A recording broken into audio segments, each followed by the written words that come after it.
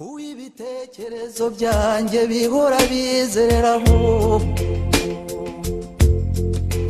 kandi uwo mpora nifumbatije umutima wanjye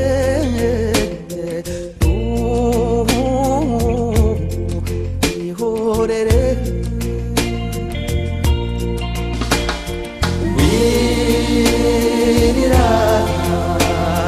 wirira shenge ihoreze wirira ndakwinginze ndagaruka ndakwinginze ndagaruka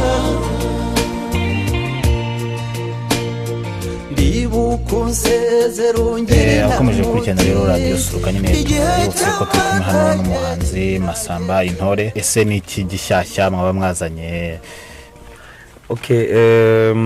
Mu Burayi nashoboye kuronshinga album yanjye nshyashya, so ariko nari naramaze no kuyimurika Rwanda, Kampala na Nairobi. So hari hataye rero muri agace ka North America, donc Canada na USA. Nje mfite album nshyashya, mfite indirimbo 12, zimwe ziri no kuri YouTube, ariko noneho ikirusheho nuko none higereye ngasusurukana n'abakunzi banjye tugatarama, hakabamo icyo bita une chaleur humaine, tuma abantu begerana batarama basabana baganira, noneho nkabaririmbira noneho nkabagezaho nizo ndirimbo n'abaciye mu ijambo. Ese iyi album mwasohoye vuba yiba yitwa nguki? Iyi album nasohoye vuba yitwa Niy'urukundo. Ntugire ngo wenda ndavuga urukundo rw'abasheri n'iki n'inka. Nkunda inka cyane. Ngubu ngira ngo maze gusohora nk'indirimbo zigera kuri 2 muri album ni nyinshi, indirimbo zirimo 12, ariko imagine ko harimo indirimbo zigera kuri 2 mvuga ubwiza bw'inka mu muco wacu. Nayitiriye rero Niy'urukundo. Tugarutse aho ngaho hari ibibazo nari nateganyije kukubaza, ariko bitangiriyeho bimpaye ko uburyo kibwo kubikubaza.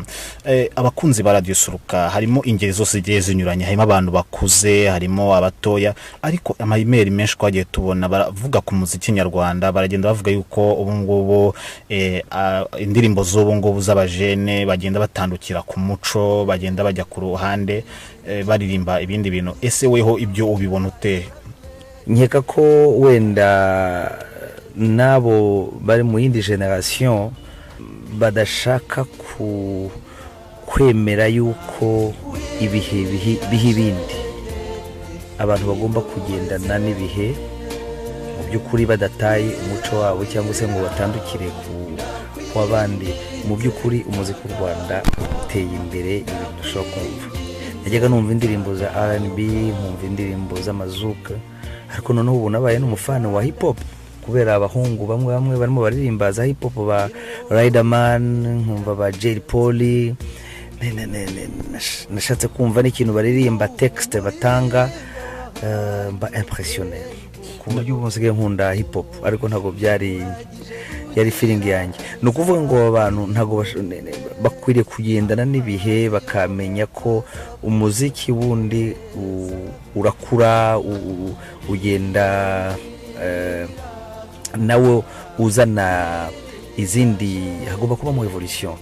Icyo ni kimwe. Icya kabiri umbaje ni kibazo cyiza cyane, hagomba kubaho abakunda bene iyo style za music, hakaba n'abandi ari aba traditionnel cyane, ari aba conservateur bakunda za ndirimbo za kera za karahanyuze cyangwa se n'ibindi. Mu by'ukuri umwimerere, noneho icya gatatu umwimerere nyawo uranga u Rwanda, uranga n'umuco wacu ntabwo uraza neza.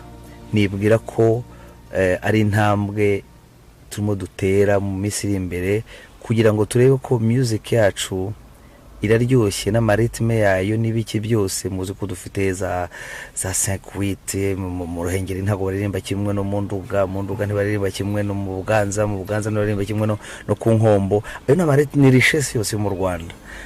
Ubu phase rero iriho mu Rwanda no kuvuga ngo identité rwandaise culturelle ni yihe. Ubu rero abajene barimo barahimba ibintu byiza cyane, bakabihimba mu mastili yose atandukanye, muri R&B, muri hip hop, ariko ibyo bahimba urabona koko bavuga bagendera cyane muri music wacu, ariko bayameliora kugira ngo music yacu itagomba gusa muri ghetto y'abanyarwanda, inashobora no kunyura no mu matwi y'undi muntu en occidental, akavuga ati voilà music ndayumva neza. Nibyo koko. Hano rero turi en contact hamwe na studio yacu ya kabiri ikorera iriyo yowe na Valence. Ubutumwa rero yohereje kuri kino kibazo nyine waruvuzeho, aragira ati ese ari abahanzi bubu ngubu n'abakera nabahe bahanzi ubageranya ute? Biracyari nge naguha point de vue yanjye, ariko nawe ushobora kuba ufite yawe cyangwa na Valence cyangwa n'undi muhanzi wese wabaza. Yewe mu by'ukuri nemera abahanzi ba kera. Uti kuki? Abahanzi ba kera ikintu cya mbere bari bafite umwimerere unoze, bari bafite texte, amagambo bakoresha mu ndirimbo yumvwa neza, akosoye, arimo ikinyarwanda cyiza kandi yigisha. Abahanzi bakera mugani wawe wenda bashobora kuba hari izindi ritme batari bazi, izo la jeune generation y'uyu munsi irimo izana kandi nazo nziza vraiment agiye na apprécier, ariko kugeza kuri uyu munota niba rukora ko nanjye ndi mu yindi generation iri hejuru gato, kandi maze kuganira n'abantu benshi, abahanzi bakera baracyafite ikintu kindimo kitaramvamo muri jewe. Iyo numbutse ba Rodrigue Karemera, nkibuka Rugamba, Cypriane, nkibuka Impara, nkibuka basoso Mado, numvaga nkumva indirimbo zabo, nkibuka Ingeri, nkibuka abitwa ngo Referoze.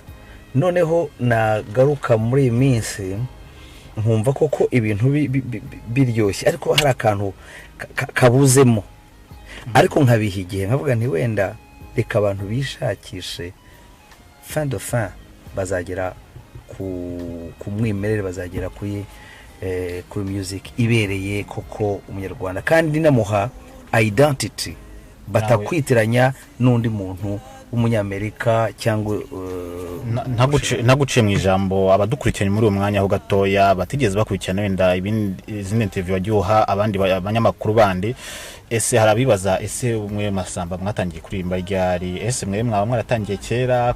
Mu by'ukuri natangiye kera cyane, natangiye mfite imyaka 5 bimwe byo mu nzu, ariko nk'indirimbo wasohoye ku mugaragaro yabizwe. Nasohoye indirimbo ya mbere mfite imyaka 13 yitwa Nduwawe, ariko sinzi ikintu gituma mu ndirimbo zose nsohora mu ma album zanjye iyo ndirimbo nasohoye ntabwo ndayishira ku mugaragaro. Indirimbo najyaga nyiririmba nikinisha ko nayihimbye mfite imyaka 13, akarimi 13 utararemera cyane mu magambo. Data yaramfashije, yavugaga ati nduwawe nkukushaka unyitegekere nkicyubyaye.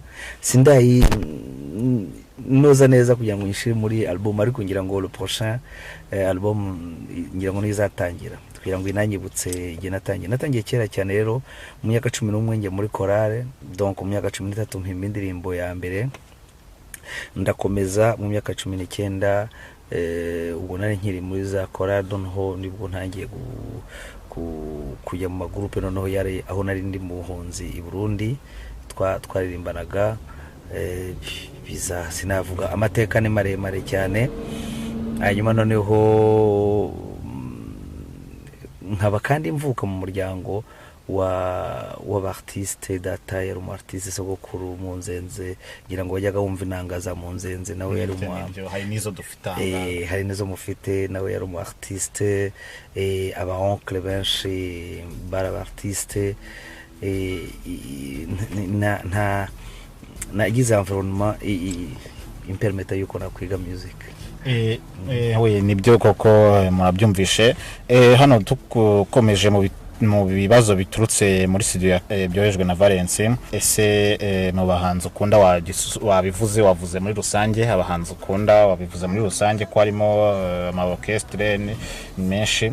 Ese tugarutse wenda mu buzima busanzwe, ubu ngubu haravugwa mu Rwanda, haravugwa ibintu byecyanye no ni gute amategeko y'ubuhanzi ngo byifashe bite mu byecyanye na association z'abahanzi, amategeko byifashe bite kugira ngo mu byecyanye na droit d'auteur? Cyo ni ikibazo cyiza cyane. Tumaze gutera imbere mu bijyanye n'imyumvire icyo bita intellectual property, le droit d'auteur. Bon, habayeho noneho ama association y'abahanzi, noneho hazaho na federation. Uzi ko y'ama association yishize hamwe hazamo na federation. Ibintu biri clair, abantu bari ahantu bari hamwe, niyo bigitangira biracyari bitoto cyane, nta nubwo biranacengera mu bahanzi mu buryo bwo kwishyira hamwe ngo bajye mu association. Ariko urareba ko ari ibintu na leta y'u Rwanda ifitemo volonté yo kugerageza gushyira ahantu hamwe abantu inabafashirize hamwe, kuko imbaraga zitantanye ntabwo bujya zigera ku kintu gishoboka. So ni ikintu rero kirimo gikorwa mu Rwanda. Ikintu nacyo ku mategeko sinakubeshya, ntago ndayasoma neza yose ngo ntego ya mbere yakwigira ko yanyuma. Procedure nihe procedure nk'umuhanzi ugitangira acamo kugira ngo abe ya protege ibihangano bye? Ese aho ngaho hari mu Rwanda hari byo mufite? Ibihangano mu Rwanda birahari kubiproteja. Iyo ukoze igihangano urakijyana n'ahantu hitwa muri RDB, hari office y'ibyerekeye ya intellectual property. Noneho bakacyaregistra, bakagusaba CD yacyo, bakagusaba lyrics yacyo, no kuvuga ngo amagambo, noneho nyiracyo akiyandika ko igihangano kibaye ari icye, bakamuha n'ubwo burenganzira kugira ngo uwo ari we wese washaka kugira ngo akigane ushobora kumwataka muri justice, bikamubera ikibazo cyane, akaba yariha amafaranga menshi cyangwa se agahanwa by'intangarugero. Tugarutse ku bindi bibazo wenda bya nyuma n'ubuhe mwuga wundi uzi uretse ubuhanzi? Umwuga wundi uhese nta mwuga wundi nzi atari umwuga w'ubuhanzi. Mbese muri make twavuga ko ubuhanzi wabugize umwuga ni wo mwuga. Ubuhanzi ni umwuga, nicyo kintunze, nicyo kimbeshejeho, ku buryo mvuga nti nindamukana nahagaritse cyangwa se ntakibishoboye nzagenda kwibera umushumba nkibanira n'inka nk'uko wabivuze. Iki kibazo ndagikomatanya na hamwe n'ikindi cyabajijwe muri studio yacu ya kabiri. Ubu muri ubu ngubu hari gutera imbere, amafilime ari gutera imbere, kugenda atera imbere mu rwego rwa sinema. Hari Kigali Cinema Center tugenda twuzumva. Ese weho nta gitekerezo ufite nk'abandi bahanzi bakomeye cyane, nta gitekerezo ufite cyo gukina muri aya mafilime, kuba wagaragaramo nawe? Ibyo bintu bamutse babigupropoje, ibyo bintu urabyumva ute muri wewe? Ngira ngo ni ibintu bizwi cyane. Wenda nibo bwa mbere nari nkoranye ikiganiro na Susuruka, ndi mu Bubiligi mu myaka namaze imyaka igera nko kuri 7-8. Nakinye muri théâtre yitwa muri groupe yitwa Groupov, théâtre yitwa 94, kandi nkina ndi acteur ukomeye cyane. No ku bintu bya théâtre ndabizi cyane, ibintu bya filime ndabizi. Nakinye no muri filime ya Darer, nakinye no muri filime, maze gukina nko mu filime agera kuri angahe 3, ariko hari amafilime ubona ari professionnel koko ahenshi wasangaga ari za contrat nkorana n'ababirigi. Ngarutse rero n'iwacu filime zirimo zirazamuka cyane kandi olala ni ikintu yewe numva abantu bagishizemo imbaraga bakagishyigikira, kiri mu bintu byigisha ibintu ndashobora kumva. Hari Kigali hari iriya kampani ya Kabera ikora neza, hari n'abandi bahungu batangiye kwilansa mu bintu by'amafilme, hari yumvise yitwa Ibigeragezo, hari n'izindi z'abakanyombya, hari n'izindi. Donc ni ibintu sinakubwira ukuntu abantu iyo baza ngo arizo filme abantu bose babaze, iyo bari bazanye n'amasede even n'ayandi yo mu mihanda ntago arara. Ubona ko abantu babishaka koko icyo kintu, ariko biracyari ku rwego rwo hasi kuko nta professionalisme ibirimo. Tugarutse kuri ibyo ngibyo waruvuze by'amasede, bitumye nongera kugira ikindi kibazo nakubaza. Ese ubu ngubu ni ikoranabuhanga kugenda ritera imbere, ese nk'umuntu ashatse nk'indirimbo yawe Masamba ashaka kuyigura kuri internet, hari uburyo ki umuntu ashaka kuba yayigura? Ese niba ubwo buryo buhari wabutubwira? Icyo ni ikibazo cyiza cyane, urakoze kumbaza icyo kibazo. Ni ikibazo gikomeye cyane iwacu kijyanye no kugurisha amasede. Abantu ntabwo barumva kugura icyo bita original muri bo. Ejo bundi reka nguhe na blague, umuntu twarahuye, umudamu mwiza cyane ugendera mu modoka iteye ubwoba i Kigali, aramagarika ni mugenda mu modoka, ndahagarara ati ndagukunda cyane, nkunda indirimbo zawe bitarabaho, niyo bite ati ariko ama flash disk, ati dore flash disk wagenda ukanshiraho indirimbo zawe koko. Ndamureba ariko madamu, n'uburanga bwawe n'ukuntu umeze sukubuza amafaranga 5,000 CD ni kugura cyangwa se 10,000, uri ama flash disk ngushiraho indirimbo koko? Wananiwe kujya ku Kirezi library cyangwa kuri Caritas ugure CD original? Uri ama flash umpanagarika ku muhanda, nabikunze ko amagaritse umufano wanjye, ariko umuhagaritse kugira ngo ube flash koko. Donc iyo mentalite wapi kabisa ntabwo iraza, niyo bikubwiye mbitinzemo, ntabwo iraza mu Banyarwanda kura ntiyi. Nacyo gituma ubu ngubu mu ndadevelopa icyo bita l'art du spectacle, donc le live. None igihe habaye live umuntu azana amasede abantu batangire bayagurisha.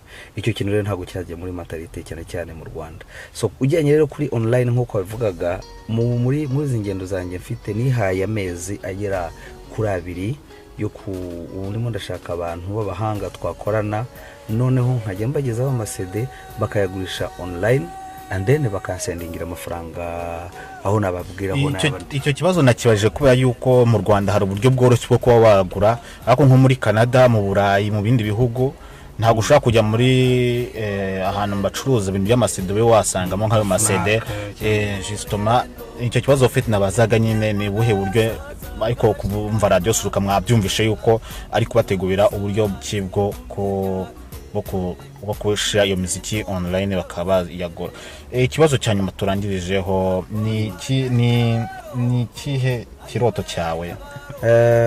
Ndashaka ngeze mu myaka myiza iryoshye, kandi nahereye kera ndirimba ibintu abantu bose bakunda, barabingaragarije. Nigishije benshi guhamiriza, kubyina bo bitaga Marebe n'Imena, Indahemuka, Indashyikirwa, Ballet National du Rwanda, hano hose nagendaga. Kariyeri yanjye narikunze cyane, so numva nshaka kugira ngo nzasoze neza kariyeri yanjye. Ninjiye nabaye ikindi kiremwa gishya numva, kubera ko natangiye ndirimba muri chorale, noneho nkajya mu zindi ndirimbo. Rêve yanjye no kumva ko nzageraho ngahagarika nkaba ikindi kiremwa, noneho nkaririmbira indirimbo z'Uwiteka gusa. Masamba, dutangira nakanyuma na nyuma, ese niba tutakugoye cyane ushaka kuturirimbiraho akantu gato cyane mu ndirimbo muri album, nk'indirimbo agace gato cyane kugira ngo abadukurikiranye bamenye kuko turi kumwe n'Amasamba kandi ari ryajwe rye. Nimekutafuta muda mrefu na sikupati, nikipiga simu mteja hapatikani. Wapie wapi kipenzi cha moyo wangu. Iyo ni imwe, hari indi inkani y'urukundo rero mama, y'urwangano ntayo kabeho wangabiye. Zirimo nyinshi cyane, uzagenda muzumva.